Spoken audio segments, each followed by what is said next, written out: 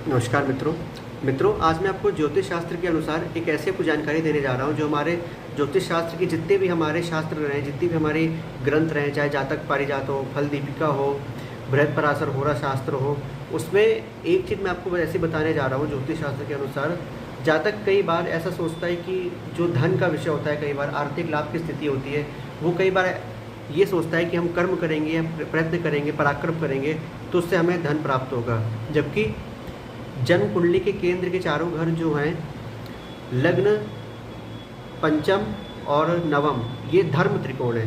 धर्म अर्थ काम मोक्ष, जो अपने सनातन धर्म में 4 धर्म के बताए गए, धर्म अर्थ काम मोक्ष, उसमें जो सप्तम भाव है, सप्तम भाव हमारा काम त्रिकोण होता है, जिसमें से लाभ का भाव काम का पंचम और तृतीय भाव वो काम का नवम, ये काम त्रिकोण है। अगर हम देखें जीवन में कितनी कमाई होगी, या हम अरबपति, खरबपति, शनपति, अंबानी, अदानी, कितना धन होगा, क्या हम इनके जैसे कभी बन पाएंगे? ये आपको बताता है लाभ भाव। इसको बोलते हैं लाभ षटकोण। जी, इसको लाभ षटकोण बोलते हैं। इसमें धन का कहीं से भी, इसमें अगर आप देखो तो पराक्रम जो कि धन त्रिकोण, जबकि जो अर्थ त्रिकोण है वो दसम है, यानी कि दसम, तृतीय और षष्ठ, ये धन त्रिकोण यानी कि अर्थ यानी कि पैसा।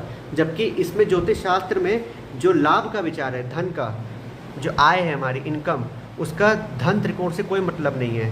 और जो वैराग्य त्रिकोण यानी चतुर्थ, अष्टम, द्वादश, उसका भी कोई उसका नहीं है, यानी कि इसका अर्थ त्रिकोण से और वैराग्य त्रिकोण से कोई मतलब नहीं है। इसमें हमारा धर्म यानी कि हमारा प्रारब्ध और यानी काम त्रिकोण यानी कि इच्छाएं।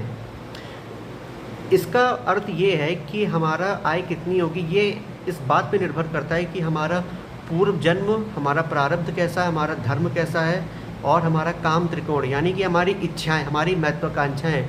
अगर इन दोनों में यानी कि टोटल 6 भाव हो गए, लग्न, पंचम, नवम, सप्तम, एकादश और तृतीय, इन 6 में से कोई भी एक त्रिकोण कमज़ोर हुआ या कोई भी एक भाव कमज़ोर हुआ तो यानी कि कहीं ना कहीं उसमें फिर कमज़ोरी आती है। या इन 6 में से 5 मजबूत है, 4 मजबूत है, तो भी जातक कहीं ना कहीं अरब खरब के आसपास कहीं ना कहीं पहुंच ही जाता है। इसका अर्थ ये है कि धर्म और काम ये दोनों हमारे धन से जुड़े हुए हैं, ना कि धर्म और पराक्रम। कर्म होता है दैनिक दिनचर्या, जो हम लोग कर रहे हैं नियमित दिनचर्या, वो लेबर क्लास भी करता है, एक नौकरी वाला भी करता है, और वो उसको लगता है कि हम ये कर्म करेंगे तो वो धनवान बनेगा। बिल्कुल नहीं, ऐसा कभी नहीं होने वाला है।